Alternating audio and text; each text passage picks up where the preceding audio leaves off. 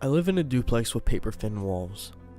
As a result, I've been subjected to my neighbor's latest crotch spawn screaming at all hours of the night.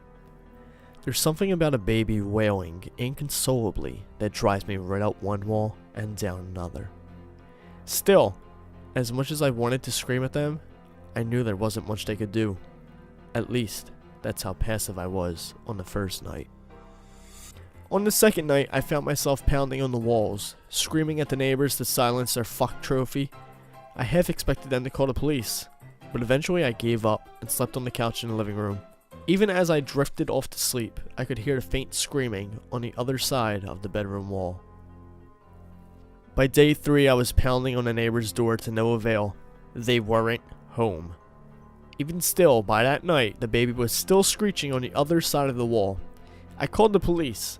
Despite my claims that the child had been screaming every night for most of the week, they didn't even bother sending a car. I left a post-it note on their door telling them to silence their kid. It was still there when I left for work the following morning.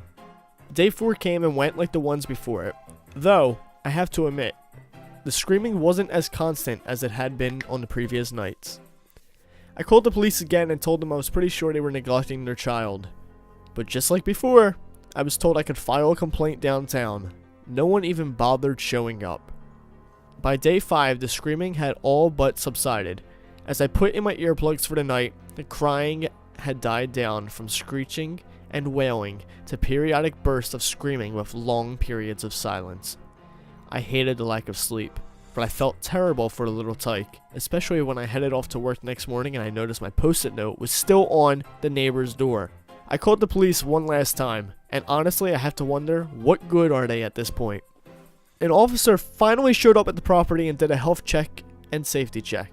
The front door was unlocked. What he found inside chills me to the bone even as I write this. Knowing now what I didn't know then leaves me feeling like a selfish monster.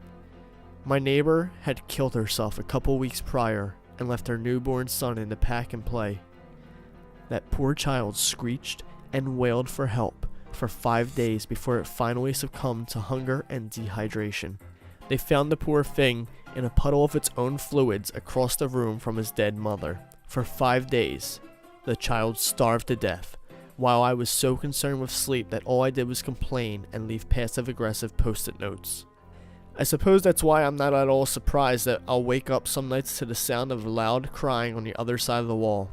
No one has moved into the unit since the previous tenant was found, but if anyone deserves to be kept awake at night by a screaming child, it's me.